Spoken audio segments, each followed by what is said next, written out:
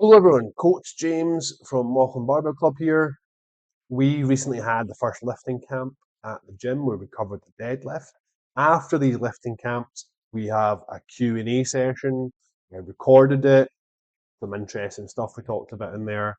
We talked about what's the best time to get your workouts in, when should you add cardio to your workouts, should you do it on your rest days, should you do it on the same day you lift, how to make sure you get enough protein, loads of good stuff.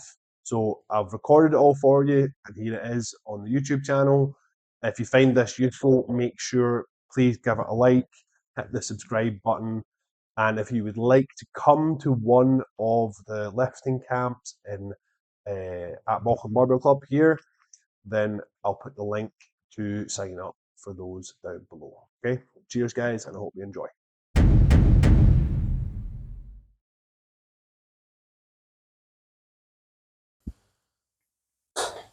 I asked you for some cute questions at the start.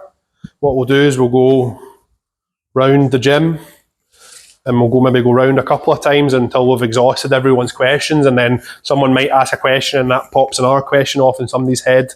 Okay, Al, you want to go first? Time is it? Oh, loads of time.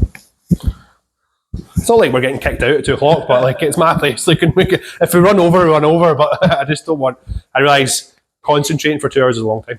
What would you recommend as the best core exercises? Squats and deadlifts. Squats and deadlifts. Squats and deadlifts. They are going to get you to use your core in the way that it's meant to be used. I.e., do you think they're better than, say, something like planks and stuff? 100%. Yeah. How do you make a plank harder? Yeah, sure. How do you make a squat harder? Yeah. Add a wee bit of weight. You can. You'll see people on social media doing weighted planks and things like that, and they'll put a 20 kilo plate on their back and they'll be on there, right? That's a display of athleticism, not a builder of strength.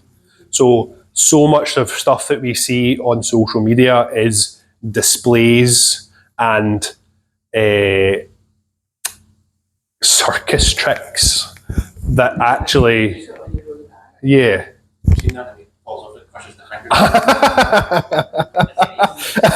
You're smiling way too much at that. Yeah. So if you're ever scrolling social media, you say something. Now, these things can be entertaining and they can be like impressive. I'm not taking away from that. They can be impressive, but ask yourself the question is like, okay, is that someone showing me something, or is that someone training? Because actually, training looks pretty fucking boring. Like, it's the basics done well over a long period of time. It's not muscle ups and kipping pull-ups and one arm snatches, and like, it's not all the fancy stuff. It's the basics done well, and that's how people. Because I guarantee the person that's doing all that, they also squat and deadlift and overhead press.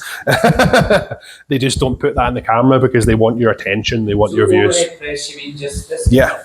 Overhead press is really good for your core as well. Again, all these things are stabilized. The only one I'd say that really doesn't train your core would be the bench press, because you're lying on the bench. Yeah. Right, Craig. So when it comes to the weight, so I was always trained like, so say for instance I did 5, but I probably have struggled to 8, so that's about the right weight for me. Mm-hmm. So something like 2 or 3 reps more than Yep. before the class. So if we're talking about coming in and doing 5 top set and having 2.5 a week for that, is that a good starting point, or should we start a little bit lower than that to give you that volume? You could give yourself a little bit more of a runway. You could, yeah. So the general rule I'll have if I've got a new trainee and it's their first ever session with me, we will talk about RP. Have you heard about RP?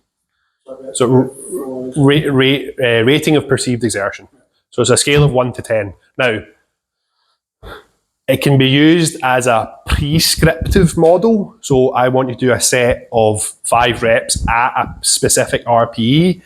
I don't think that's useful especially for new trainees, because they don't know what an RP10 is, so they have no, like, if you're on one of those big massive long highways in America and someone asks you how long it is, it's like it's curving round the earth. You can't see the other end, so you have no idea how long that highway is. The same person who's just taken their first step on their training journey, they don't know what an RP10 is. They don't know what an all-out hard set is. So they can't tell you what an RP6 is. So what I'd like to use it is I use it as a descriptive tool. And I'll say, right, today we want you to feel like you're working like a 6 out of 10. And then that just generally gives us the number of years I've been doing this, that generally gives you a decent starting point, because they'll undershoot it. The person that comes in, they'll undershoot it, and then they'll actually give themselves a little bit more runway than if I told them what weight, and then obviously they get those easy wins at the start, and then that gets them bought into the process, and they become more consistent and they enjoy it a lot more. Yeah. The other thing I was going to ask is, so obviously it's day on, day off, right? Yep. So if you need to lose weight and you need to do that cardio, and I know that's quite good for. So why do you need to do cardio to lose weight? So it's more of an injury thing. So I've got Yeah. back injury, so Yep. I couldn't really walk before. Yep. So I'm sort of, I need to build that sort of something up for walking. So my cardio is sort of a strong walk. I Yep. just started running again a lot. Yep. So is that better to do on the day off and have like a walk on the day off? Yeah. Or So is it better to do it on the same day and have a proper rest day? it's a good question. It's a very good question. So when people are going through a weight loss journey, it's like a game of Uno, right? Where I have all these things that I can use as a coach in order to get them losing more weight, right? Now, in a game of Uno, you can't just play all your cards at once and say, I win, okay? You have to play them one at a time. So if you're going on a weight loss journey and you're like, I need to get in better shape, the biggest things that are going to affect that are your diet, your sleep, and your stress. And you use the gym in order to maintain as much muscle mass as you can while you're losing weight, because we don't want to lose weight and then just be a skinnier version of what we were before. We want to lose weight, but we want it to be as much muscle as much, keep or even gain a little bit of muscle mass, depending on where your starting point is, but lose as much fat mass as possible, because it's the fat mass that's it's not serving us, whereas muscle does serve us, and we want to maintain that. So should you do complete rest days? I would suggest that you probably want to use those cardio sessions probably after, like, once your weight loss slows down, and just try and be generally active rather than have a specific block of time devoted to, right, I'm going to go to the gym on Monday, and then Tuesday I'm going to do my cardio session. Rather than that, just try and attach that habit to something you're already doing. What I quite like doing with clients is breakfast, lunch, and dinner, a 10-minute walk tagged onto the end of that, because then it's attached to something you're already doing, and then it becomes much easier. And then over that day, that's a 30-minute walk without you having to dedicate any real time to it. Yeah. Does that make sense? Yeah, I mean, I've got a pretty active job. I've got a lot of steps up anyway. Yep. But I enjoy walking as well. The thing is, you're going to... Yeah. That's a sort of callback to that. Yeah. You're going to be adapted to your job, though. You're going to, because you've done that, you're going to be adapted, so that's not a thing that's going to move the needle in any way. Yeah. Because I've been injured for so long, I was not actively working at. Yep. Yeah. So it is sort of, it's a set of time, but, yep. But in my mind, it seems better to have a full rest day and just be my general fitness. Yeah, you could do it. And so what I would start with you is we would just lift, get your diet in order, make sure you're sleeping, make sure you're getting plenty of water as well. Just because you're a big guy, you're going to need probably a lot more water. Like you sweat, you will sweat a lot. Make sure your life's stress. And I wouldn't actually add in any kit, and that'll get the weight coming down. And maybe even we don't have to worry about weight. We have to worry about like measurements. So like inches around the waist, inches around your neck, chest. See, that's So I don't put a lot of concentration on just a number on a scale because it can vary so much as well. Yes. Yeah.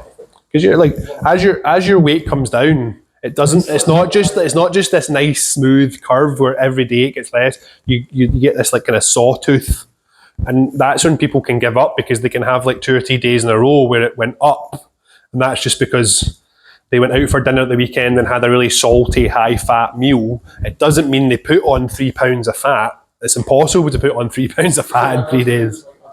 Lost 33 kilos into December, and it seems to have plateaued out. So the past couple of weeks, the same, but the measurements are still going down. That's non-scale victories. I have trouble getting enough protein. Just can't figure out. I mean, not that I don't eat. I like meat and stuff, but it's what else can I eat?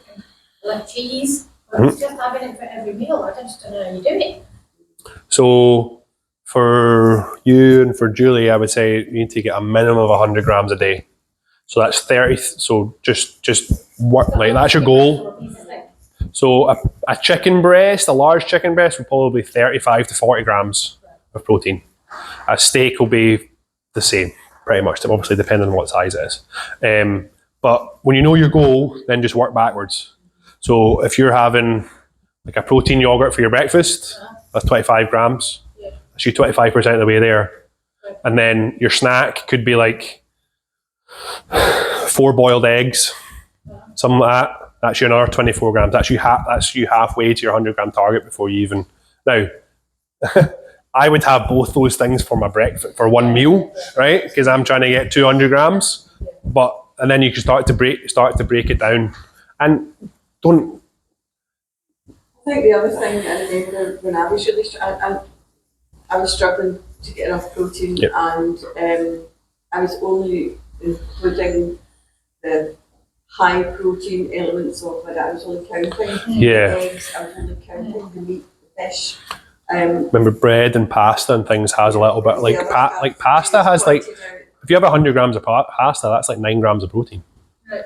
So if you have you have 100 grams of pasta with a chicken breast. That's you went from 35 to 45 essentially. So these things do add up. Yeah. So you got to think again. There's also what I call them is incidental proteins. They're kind of just there, and that's where your RDA is 50 grams a day. And that's really why a lot of people don't have much trouble hitting that, because you kind of just get protein accidentally. The problem with it not actually being that beneficial to you is it's got what's called low bioavailability. It's actually not a great protein source. It is protein, but there's 9 amino acids. I won't bore you with that, but there's 3 that are really important when it comes to muscle building. So that's valine, leucine, and isoleucine. And they need to be in specific amounts in a digestion bout, i.e. a meal, for you to trigger your body to produce muscle, which is called muscle protein synthesis, MPS. So if all you're having is like, you might be getting your 50 grams of protein a day, which is your recommended daily amount, but if you're having like 3 meals with 15 grams of protein from bread and pasta and rice, you're never, ever, ever meeting that threshold where you can tip over into this muscle building signal from your body. And then when you pair that with not lifting weights and you're not even giving that signal, which is another, so the pathway is called mTOR, that's another mTOR pathway stimulator, then we just have this barren desert of like a tumbleweed going through where there's no muscle building signal at all. Okay? So 30 grams of protein a day, 30 grams of protein per meal, and a snack that's high protein. And that could be like just a couple of bits of ham or anybody. Any follow-ups about that? No? Big Mac? What is your preferred time to go to the gym at? Good question. I prefer whenever I can get. You've got children, James. Yeah, I know. Yeah. I prefer mid-afternoon.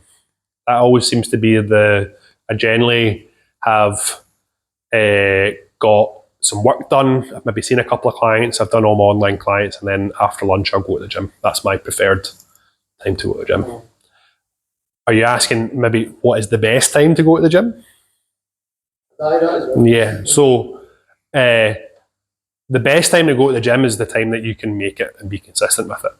If that needs to be 5 a.m. in the morning, you better learn to be a morning person because that's all you've got, right? But if it's 10 o'clock at night, just whatever time you can be consistent. Don't allow yourself complete flexibility when it comes to your schedule in the gym.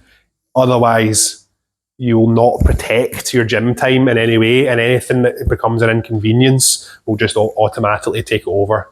You've kind of got to, so I've got a client who's just started with me. He owns a roofing company, and last week he had to sack 2 boys, so he ended up on the tools. So he just went, we're going to have to fit the gym in when I can. You are going to have weeks like that.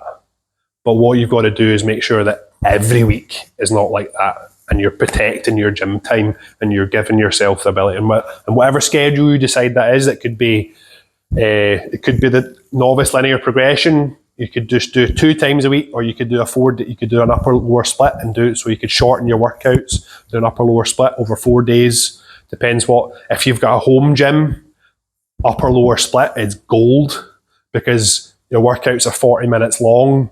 It takes you 5 seconds to get to the gym rather than a 20-minute drive to the gym. So you're saving yourself so much time. If you're having to go to a gym, and I would probably recommend 2 or 3 days a week, so you're not like, if the gym's a 20-25 minute journey from your house, that's 50 minutes you're spending just going to the gym and back. Whereas if your gym's in your garage, you're great. I mean, I'm lucky because I literally work in much. I can literally just 6 steps and I can do some deadlifts. You know what I mean? Like, quite often I find myself in between a set, I'll sit and do some work. I'll sit and do some work on the computer, and then in 10 minutes has gone past. I'm like, oh shit, I need to get back. Right? So whatever time you can fit it in, and once you stick to a plan, or once you decide a plan, try and stick to it. But don't be like, oh, I got to do this, and obviously, I've got kids. Like, if someone needs taken somewhere, I've got to be flexible with that. Okay. So I suppose this might be tread some ground with the RP earlier, but at what point is a week too heavy? Like, when should you stop? Because it could be either you've pulled all your muscles already. So once you start getting severe breakdowns in your technique, you've probably lent a little bit too heavy. On the flip side of that, you don't ever want to just be perfect, flawless technique all the time, because guess what's happening then? You're not challenging yourself. And this is a mistake a lot of people will make. They'll say, oh, right, they'll go 60 kilos and they'll add a bit of weight and their form will start to break down. And they say, oh, I'll just stick at this weight until my form's perfect. Okay, you're probably curtailing a lot of progress you could have made, either through 2 things. 1, getting a coach to look at your lifts, because a lot of people just don't do that. Or 2, actually challenging yourself and pushing yourself through. You're as long as you're within 90% of correct, you can still make progress. And now, if you're loading too much weight up in your squat and you were doing 60 and that looked good, then you put 70 on and all of a sudden you're 4 inches high, you're feeling you're going to shit your spine out, you're and all sorts of things are going wrong, then yeah, it should feel, most of your workouts, so that 1 to 10 scale, most of your workouts should be in that 6 to 8 range. Okay? So and it's all right to go to a 9 or a 10 every now and again, but what you don't want is successive workouts being, every time you walk out the gym, you're like, oh, bloody hell, that was a 10 out of 10. And then that's Monday, and then you go back on Wednesday and you go, oh my God, that was a 10 out of 10. And then finally you go, oh, that was a 10 out of 10. You're just going to get injured. You're going to overwhelm your system. You have to, at that point, it's maybe a case of you need a change in your program, and you need an adaptation, and you need either figure out how to do it yourself, or come and speak to me and I'll tell you where to go next. Should you always be looking to move to the next weight, or is there a peak efficiency that you would get to for if that's all you want to go to. Depends what your goal is. Yeah, because Depends what your goal is. To become a bodybuilder, I just want to have a good range of movement and be strong Yep. to protect myself for the rest of my life. I don't want to go into any weightlifting competitions or anything like that. But So I'm not there yet. But what do you So do when you get kind of close to that? yeah, so there comes a point where, in order to get stronger, you must specialize in getting stronger at the expense of all other things, at the expense of your wife and your like whatever. Like I'm a lone wolf. I'm being like, but in that spectrum somewhere is a happy medium for you to be strong, fit, like healthy, good ranges of motion, an ability to not have to eat like a supermodel, like you know what I mean, like to enjoy yourself. So the point at which, but you always should be trying to get stronger. It's just sometimes life might be the curtailing factor, and if you put yourself through the process of getting stronger, you will learn what your body. You'll get to know your body better, because a lot of people actually they've not even shook hands with their body before. You know what I mean? Like they've spent 30 years working on their career. They're in their mid-50s now, and they're like, what's like, God, that's my knee. Like, you know what I mean? Like they've not even paid attention to anything they've done for the last 30 years. Whereas like you're making the good first steps of like getting a home gym for a start. That's fantastic. But at the point at which you are sacrificing too much in order to get that small increment of strength, then maybe, and I think maybe for your case, because I know you personally, is at the point where you can't run up and down a basketball court, like, which I've experienced. Like I got way too heavy and way too strong, and I was strong as hell, and I could sprint, but I'd do one sprint and I'd be like, oh, bloody hell, like that's me done. Like I need to like just let me catch up. You know what I mean? So I've been at that personal point. Yeah. So it's all trade-offs. Yeah. Separate question is, I know that. No, I can't babysit. Certainly for strength for movement is an important thing. Yeah. But a lot of the exercises you mentioned all seem to be kind of. I know there's 3 different points to the body. Kind of bend it over and turn it. Frontal, sagittal, and transverse. None of the exercises seem to be sagittal based. So sagittal based is sagittals. It's rotation. No, that's transverse. Upper transverse. That's transverse. Yeah. So and then sagittal is this one, and then no frontal. Sorry, and then sagittals that way. So nothing's transverse. So when you're first starting out, anything that is transverse is not going to be a productive use of your time in the gym until you've wrung every kind of drop out of that process.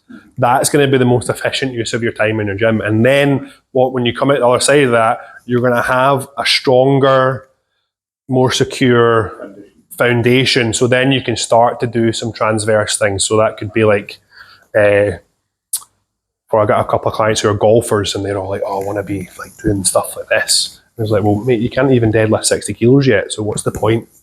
What's the point in doing all this when all you can do it with is like an 8 kilo med ball? Like, get your deadlift to 140 and you'll be able to do a 20 kilo med ball really, really hard, and that's going to transfer over better. So there is an... It does come as just novice. It does cut, yeah, and that's what it is. It's for novices. It's for people who are just for starting out. This is not how you should train for the rest of your life. This is how you should train for the first, depending on your age, your sex, how many calories you want to consume. This could be anywhere from a month, like it was with Julie, right? Because obviously we had to go into, not a lot more complicated training, but we had to make adjustments because of her various situation to Richard. When I first, like Julie knows Richard, when I first started coaching my mate Richard, his novice LP lasted 7 months.